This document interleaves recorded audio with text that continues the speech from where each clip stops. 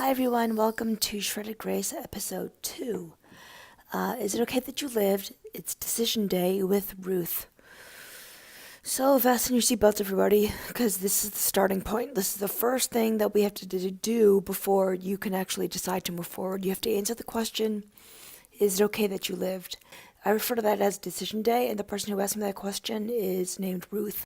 And I would also like to remind you that last time I pointed out that you can't succeed unless you actually begin the process. So yeah, you have to decide to begin as opposed to just sitting there in a dark room waiting to be made whole. I actually have come across this phenomenon in survivorship, especially among young people. And I'm not being facetious here, I'm being completely serious. I am very sorry this happened to you, and but I will also, I'm just going to be really, really honest for you. And that whole methodology of sitting in a dark room waiting to be made whole and occupying yourself by playing video games or watching movies, that's not going to work. You're just going to torture yourself. And yeah, that's not going to work. So that's why we're having that's why we're having this discussion. So the question, is it okay that you lived, has three possible answers. Number one, yes, this is the only route that will lead to healing. Number two, no, that will leave you stuck in anger, bitterness, and or despair. Number three, I don't know. Like if you're in the process of still deciding, that's okay, but we all just, I fully recognize that if you're in the process, you're just going to be really stressed out. Well, that's how I was at least. You probably would be too. So, let's be really clear about this. You are the only person who can answer this question. Other people, however, will try to answer it for you. The thing is, they're not in your shoes, so they don't actually have all the information that would be able to give them the credibility to give good advice or to give a credible or authoritative perspective on the situation. But the reason why they are talking to you is because they're just, a lot of times people will just talk to fill space, to fill airtime, because they can't bear to see you suffer. So they're just going to start saying stuff to make you feel better, but really they're trying to make themselves feel better because they feel sad for you. So just remember the part where they're feeling sad for you. Don't waste emotional capital on getting mad at them or being like, oh, you don't understand. Just know that they feel badly for you. That's why they're talking. So why am I asking you that question? Is it okay that you lived? It's not because I can actually answer that for you, but it's because number one, somebody should ask you this, and FYI, it takes a lot of courage and a lot of courage to ask that question. And number two, I have this street cred for it simply because of what happened to me. So when I say it takes a lot of courage to ask that question, it does, because it's a very heavy question. So for the record, Ruth, I just want to thank you for caring enough to ask me that question point blank. So let's talk about credibility right now and why Ruth was the only person who could ask me that question. I wanted to be a missionary in a country called Burundi, which is in the heart of Africa. It's one of the poorest countries in the world, and I wanted to and be a missionary and work with the Johnson family. This is them. This picture was taken almost exactly 7 years ago in March 2011. So their kids are really little, but that's Jesse and Joy. Now, Jesse is a third generation missionary in Burundi. And all you got to do is Google his grandfather, Carl Johnson, Burundi, and you'll come up with articles on Carl and Eleanor Johnson, they're kind of, it's like they're the stuff of legend in that country because basically Burundi has a very tragic history of violence, really chilling history of violence. It's just, it's something that I, as an American, could never fully grasp.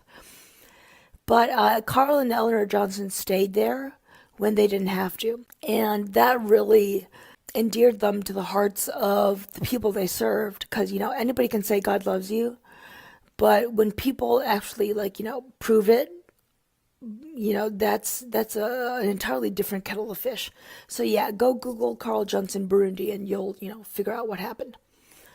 And Joy is, she was also a missionary kid, and Ruth is actually her mother. She was qualified to ask me that question not only because of her family relationship to Joy, but because of similarity of situation. Like I said, wanted to be a missionary, so I was a missionary candidate.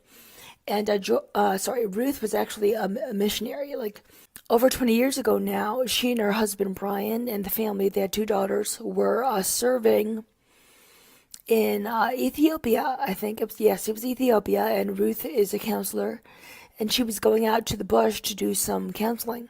But they were hit by a coffee bean truck, and Ruth was thrown from the car, and she was the most badly injured out of all the passengers.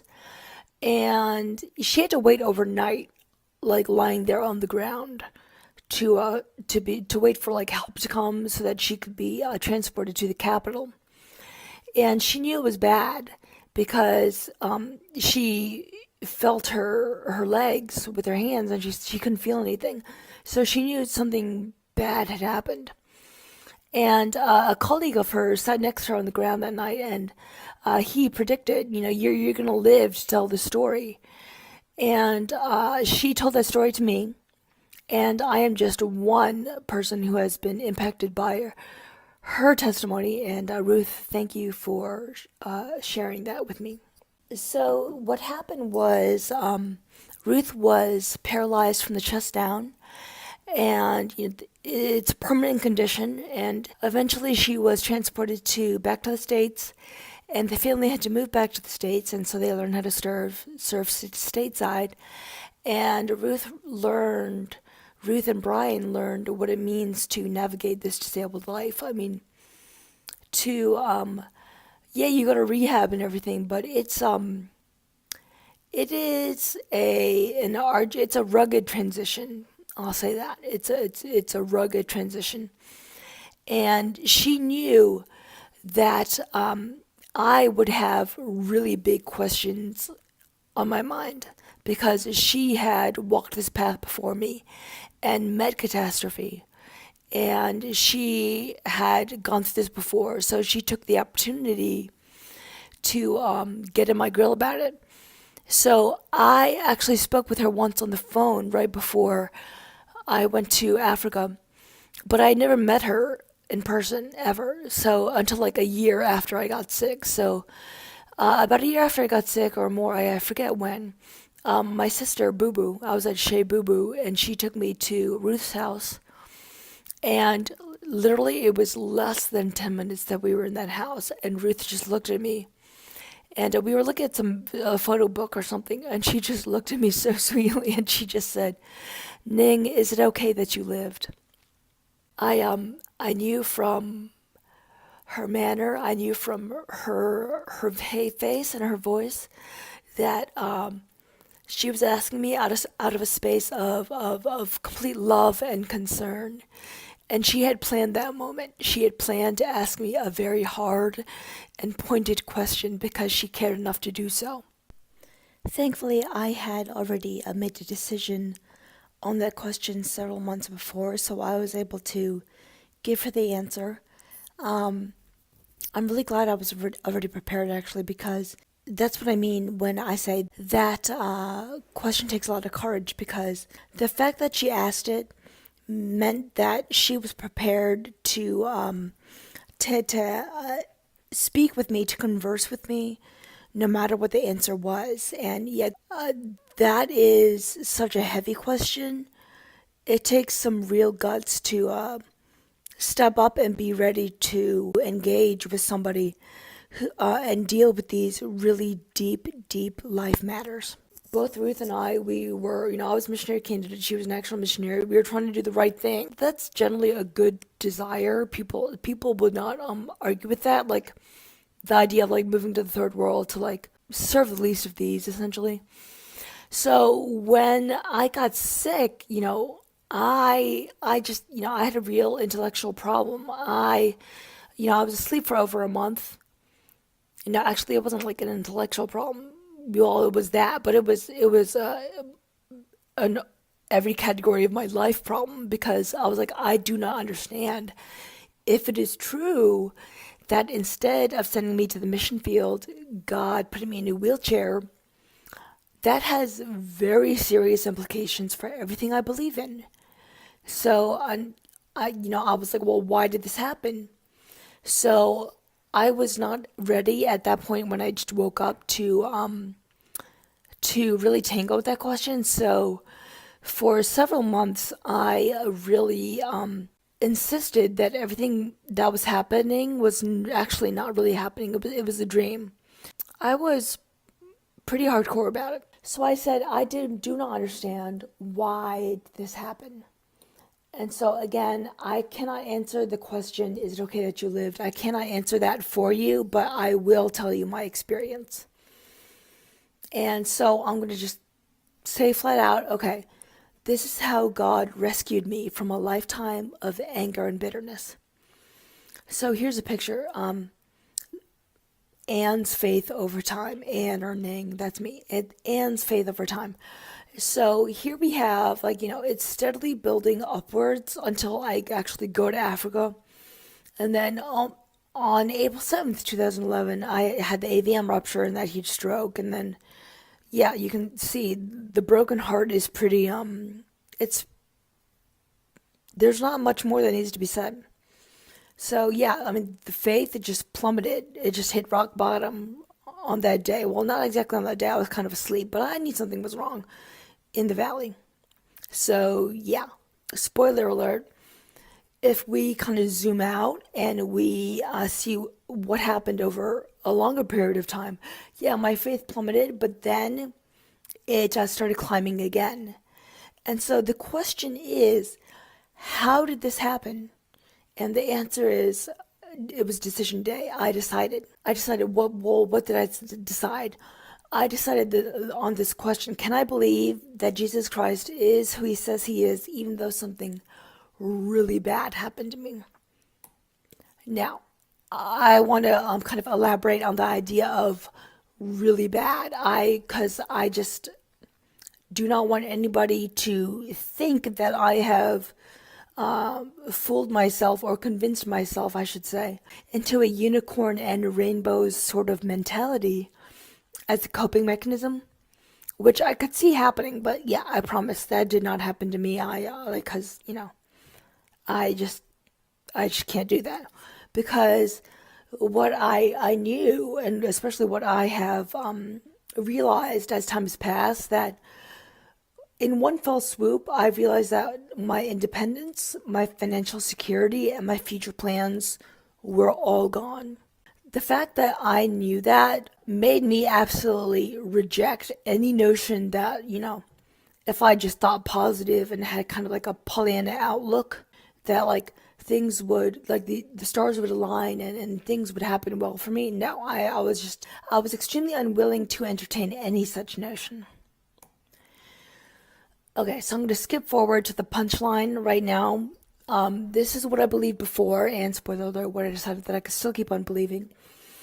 If you want peace, to accept that your past, no matter how sheltered or shattered, is a part of who you are, and the power to become the person you were meant to be, there is only one solution for you: Jesus Christ. Ooh, I totally just said it. I said the name. And yeah, I know that's like really not popular right now. So I just want to add the disclaimer that I'm speaking for myself in this particular moment. I am not putting any words in anybody else's mouth. These beliefs are my beliefs, and please just don't. I'm not ascribing any of these beliefs to my friends, especially not the friends who helped me write this book, because some of them believe like I do, some of them don't. Okay, fine, most of them don't. And it is one of the, well, no, it is actually the greatest joy of my life that God gave me friends after my injury that don't believe what I believe, and yet, have stuck around and stuck with me, even though I say some really crazy out there stuff, but they've stuck around just because we're friends. That's what friends do. So, That's my disclaimer. I'm speaking for myself. Okay, so the big question is why? Why did this happen? And I did not know this, but I read in, oh no, maybe I didn't read it. Maybe mom told me, but I, I've mentioned that I was asleep for over a month. I refer to that time as the valley. That's shorthand for the valley of the shadow of death. And during that time, it was a very troubling time. And I dreamed a lot. And I was, I had moments of like, I would be aware, like I would see stuff or I would definitely hear things. So, okay, fine. I heard everything, which you should probably know. I heard everything. But I sensed something had gone very, very, very wrong. Like I knew something that was wrong. I don't know. I didn't have the capacity to process it. Oh man, I'm gonna like cry just thinking about it. Sorry. But I knew something was wrong. I knew something was very wrong. And my mom told me that while I was still asleep, and my eyes were closed and I could not produce any sound. But she saw me and my dad saw, everybody saw me mouthing the word why, as in, why did this happen? Why? I would just say that all day. And then when I gained a little more consciousness, I was just so upset. Like they could see me crying in my sleep. And then like I started kicking and thrashing around. And like seriously, the nurses had to put padding on my bed railings because I would just, I was going nuts in that bed. Like I would lift up my legs and just somehow just bring them down to full force. And I was very bruised, and so they put the padding on. But on the flip side, they were like, "Well, it's good that she has that much mobility." But my dad wrote in one of his email updates, he said, we are very grieved to know that she's somehow aware and she is suffering and she is asking the questions, and we pray for her peace. So yeah, the big question is why did this happen? So for me, I'm gonna go draw another timeline here. So here's like, the time since like the beginning of time. So historically speaking, we have like, okay, Jesus Christ came to earth and he lived for 33 and a half years. Then he died on the cross. So that's what the cross means. And then, further down the line, obviously, we have me going to Africa and then me getting my heart broken and asking the question why. And the white flame means that like I was angry. I was so angry. I would say I was white hot angry because I was not able to communicate, well, at first at all, but I was a lot less verbal than I am now. So I had no means of expression. So I just kind of simmered inside and I was just white hot. Basically, I could do only one thing. You can do one thing when you're bedridden, and that's just lie in your bed and think. And I mean, assuming you're awake, but like, that's the one thing I was allowed to do. Just lie there and look at the ceiling. But if the ceiling were like moving too much, I would have to close my eyes. But you can still think with your eyes closed. In fact, that's my preferred way of thinking.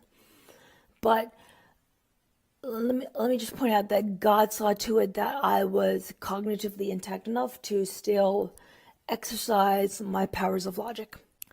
So what happened was that because I was able to think, it gave me perspective. And from the perspective of what happened at the cross, what Jesus Christ did on the cross, that he died and was buried and rose again on the third day, that perspective, it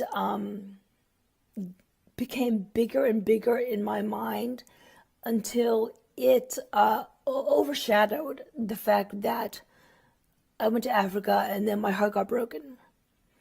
And those facts are still there. Africa and the broken heart, like those facts are still there. I want to make sure that's very clear. Like it didn't, like the perspective of the cross did not erase those events and those feelings, those emotions from my life. It gave me the ability to see these events from the perspective of eternity. The ability to view these events from the perspective of the cross did not diminish them or dull the pain. People will sometimes use that phrase. It gave me, you know, it added to the realism of what happened, but somehow I can't explain fully how. It made me okay with it, which really just made that flame burn even brighter. But it turned it from white hot to red and really crazy. And some people would say like it burns like super scary too, because yeah, people really are not expecting a whole lot from me, but it's there. So when they are exposed to it, it's rather a shock. But anyway, thanks for tolerating me, everybody. I appreciate that. So essentially what happened, the power of the perspective of the cross, that question why, I found that, I suddenly, that was a question that no longer poisoned my existence.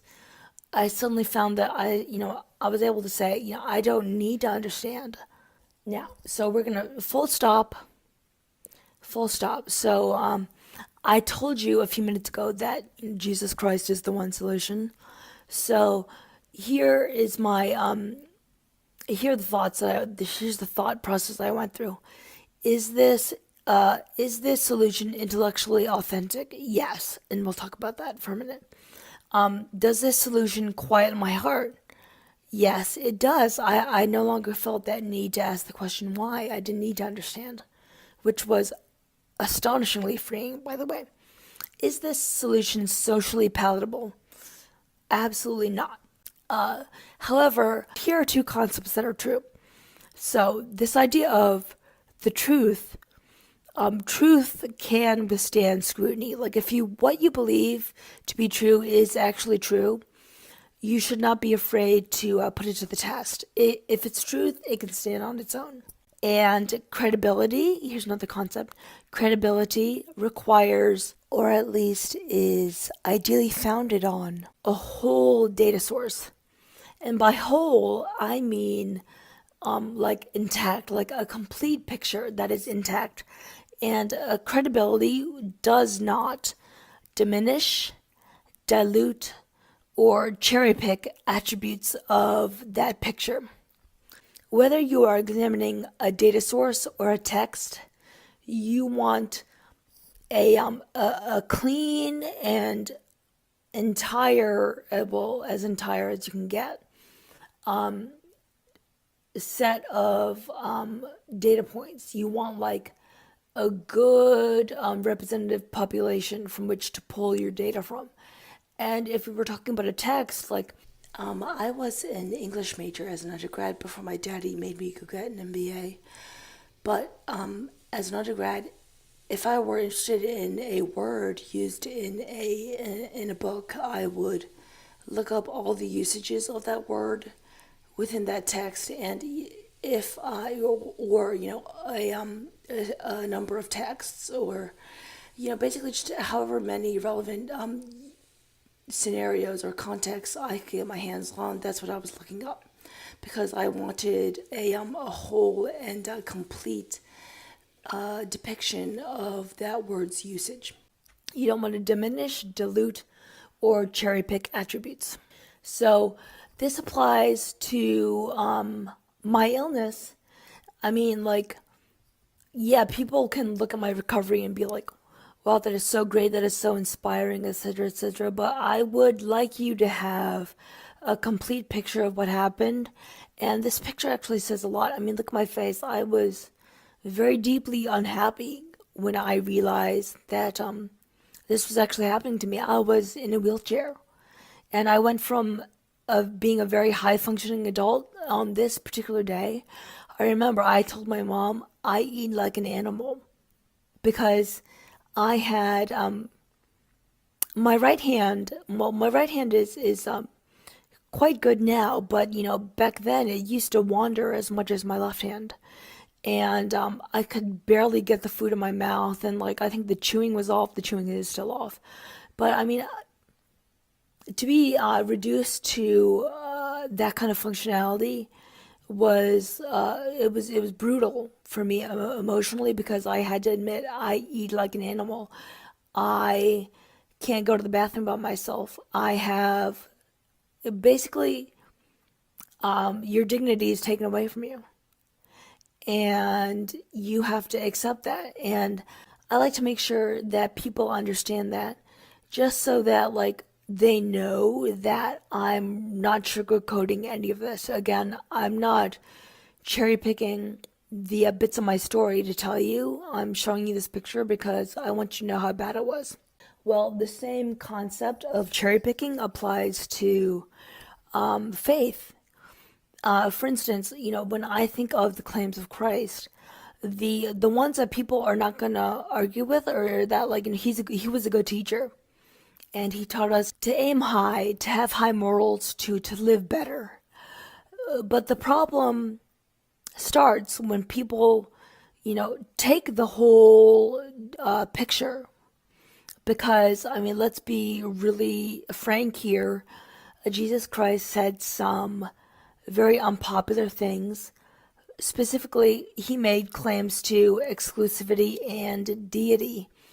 And these are not like, this is not hidden knowledge. I mean, a lot of Bibles will print the words of Christ in red. You can go read it for yourself. Like it's like really, it's not hidden.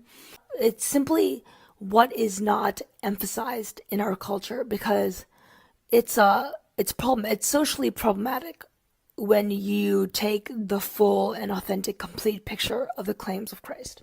So what happened to me was, like, I obviously woke up. I did a couple more months of inpatient, and I flew back to the house I grew up in. Mommy and Daddy took me back to Maryland, and I basically spent like another month just so deeply unhappy. I mean, because I still had powers of logic, I made a plan in my head. The plan was, okay, I'm going to evaluate what I used to believe, and if this does not work for me, I will throw in the towel.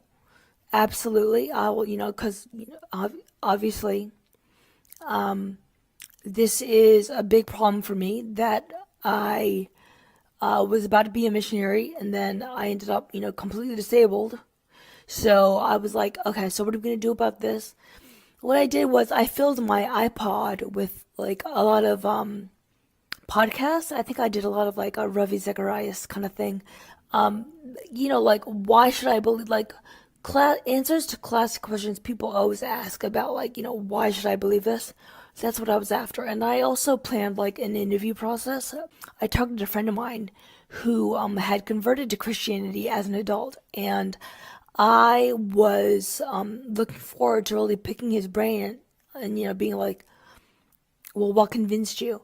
And then, like, I remember for that month, I would call my daddy and be like, hey, daddy, can you come sit here next to my bed? I would make him sit there. Sorry, dad. And I would ask him like all like these obscure like questions about like the Bible or faith, or like, I would ask him really obscure questions like, well, how you gonna answer that, dad? Huh? So, but anyway, what really decided the matter for me was that one morning, it was in July 2011, I was lying in my bed, and because that was the only thing I was allowed to do, and mommy hadn't come to get me yet, because, I was not allowed to get out of bed myself. By myself, I had to lie there. So I was just lying in my bed, and I was so angry. I mean, I was just so angry, and I said to myself, I would never have chosen this. And then the Lord brought to my mind the simple thought, well, he chose this, meaning Jesus Christ chose this, because he is God, and he chose to come to this earth and submit himself to conditions that are infinitely more severe and taxing than anything I've ever experienced. I mean, God is, after all, God, and then, earth is like, physical limitations, like the physical limitations of Earth, we can find comfort within this context, but like comparatively speaking, like Earth, it's like dirty and smelly and like ugly. But he chose this. He chose to live here for 33 and a half years, and he chose to die a cruel and humiliating death simply because he loves us. And P.S. He was buried and rose again on the third day, thereby proving his godhood or whatever the right term is. But anyway, the point is that he chose this. And I know that sounds really simple, and I can't explain the whole thing, but the thing is, the buzzing in my mind went quiet. And I knew that that was enough for me because I cannot, I can't overstate the severity of my distress. I mean, it was God's mercy that I was so acutely disabled at the beginning that I could not take any meaningful action for my grief. However, if God had made me persist in that state of, that I don't know if it's okay if I lived or not, if He had allowed me to persist in that state of stress any longer, I am a resourceful person and I would have figured something out. And yeah, I had some plans. However, I mean, I was always attended and I was very much watched in the hospital, which is why I am in my rules for survivors, in my ground rules for survivors, in the intro, I say don't elope because they're watching you. And I really mean that because they were absolutely watching me. There was there were systems in place to watch somebody like me. So anyway, when I say I want you to remember the question why did this happen? For me, it was enough that I knew that he chose this, and then it no longer mattered. And that realization was the antidote to the poison that had entered into my heart. And not only was it the antidote, it was the catalyst. It was like the pure oxygen being released on that flame, and it turned it from white to red, and it just grew like it's a huge fire. It's an energy that when people look at me, they can't explain. I mean, frankly, they're a little weirded out by it, by the confidence with which I assert things, and with the conviction with which I approach things and explain things, because they know that there's no good reason for me to say what I'm saying, for me to believe what I believe, unless I had truly found it to be enough to meet my needs. So at this point, I would like to point out that the power source, when I say like it was like pure oxygen being released on that flame, that it's a pure source. It's pure, and it's absolutely independent of myself, and independent of any other thing. And that's a really important point because it's not dependent on what I do, like on my ability to think in a certain way, or my ability to engage a certain part of my brain, or harness the power of my chi, or any number of other things. Because it's independent of myself, that gives me security because it's based on an event that has already happened in the past, that being the death and resurrection of Jesus Christ. Like that's already done. That's a done deal. Like I don't need to do anything else. I don't need to activate anything.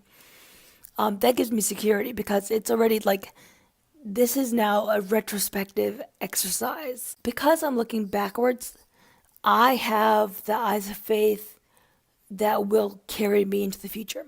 On the flip side, though, the fact that it is an independent power source is problematic. It really flies in the face of the American ideal of pulling yourself up by your own bootstraps and controlling your destiny, etc. So I like to contrast that, the bootstraps theory versus the independent power source theory. I'm saying the independent power source theory is absolutely superior. Now, to be clear, I wrote this book. It's about, like, successful behaviors of survivorship. But before I was able to start pursuing any of these successful behaviors, I had to decide. And the decision was based solely on this independent power source, on this past event that I can now look back on. So I would also like to emphasize to you that my decision was based on completely ordinary means. There was no special knowledge communicated to me in the valley of the shadow of death, and this was all based on publicly available information that I knew about before I got injured. So what I'm saying to you is that I am not asking anybody to take my word for what I saw during my near-death experience. And yeah, at first I was like, seriously, like I think I got gypped because, like, there was no white light, there was no comforting divine being saying XYZ to me. No, no, no. It was just completely ordinary. And I am willing to say now, however, that the fact that it was completely ordinary really just adds to the credibility, because I'm not asking anybody to take my word for what I saw during my near death experience. I also want to point out that there's a moment of decision for me. It was in July 2011. There is a moment of decision. And, for instance, like, there is a moment of when you become a Christian, if you decide to become a Christian and you pass from death to life, there's a moment. But faith itself, it's not static. That's why I like that heartbeat symbol. It goes up and down, up and down, up and down. And that's totally allowed. Like, the scriptures make provision for the idea that your faith is gonna ebb and flow with time. And the bottom line is, however, for me, is that Christ met the need of my heart, and it was a deep need. Like I said, if that situation had persisted any longer, something would have happened. It's still hard for me as time goes on to consistently see things unseen, to see with the eyes of faith. I have to continually remind myself from the scriptures and from my own experience that I have seen enough evidence to face the future with confidence. And I've said in other forums that, yeah, I emerged from this injury extremely trust averse. I don't trust anybody. And this is not an uncommon survivor behavior, by the way. I pretty much require everybody to prove it. Like, if you make a statement, if you make a claim, if you make any sort of claim, yeah, you're going to have to prove that. And if possible, I'm going to see all your documentation. I would love original source data. But basically, if you're saying something, you had better be prepared to prove it. So, again, I say that simply to remind you that I'm not pulling the Pollyanna tuck on you. I'm keeping it real. Finally, I'm just going to say that obviously, when I post an opinion like this, I completely encourage, like, the free and honest exchange of ideas. Usually, when I talk to my friends about this, and by the way, to tell somebody about this, tell somebody about Jesus Christ, to me that is the highest form of friendship there is. It's a risk because you can really alienate people. Because again, this is not socially palatable stuff. But it is totally fine. Like, I'm okay if like, I can agree to disagree with you. I like to present the whole picture to you, though. Like, I would prefer it if you were able to move beyond the idea of, Christ was a good teacher and, challenge us to live at a higher moral standard. I don't think that's an intellectually authentic picture of the claims of Christ. If you persist in disagreeing with me, I would like it if you were able to take that into account. However, what I don't have any tolerance for is if somebody presents their opinion in a way that demeans others. That's never my intent.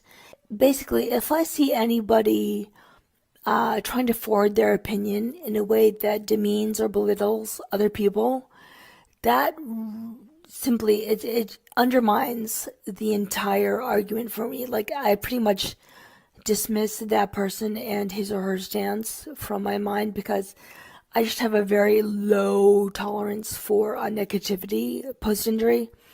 So but I do think it's true in every circumstance, even if you don't have a brain injury, that if you are presenting your views in a way that demeans other people, like, that's just not a good way to get people to listen to you or to take you seriously at all. So anyway, and I'm just saying that if I examined the claims of Christ carefully and found them to be true and found them to work in this set of extreme circumstances I've been given, they at least merit your careful consideration. The bottom line for me is that God rescued me from a lifetime of anger and bitterness. And I know for a fact that there are a lot of people out there with the same questions that I had. So that's why I'm telling you this story. And I invite you to join us next time, either in a week or 2 weeks. I haven't decided yet. For episode 3, that's going to be called There's No Crying in Baseball. Why walking is scary, but you should do it anyway. So I'm going to address 4 fears associated with the pursuit of mobility, and we're just going to tackle them head on. And yeah, so next week or in 2 weeks, we are going to talk about walking and why, if you have the choice, you should do it.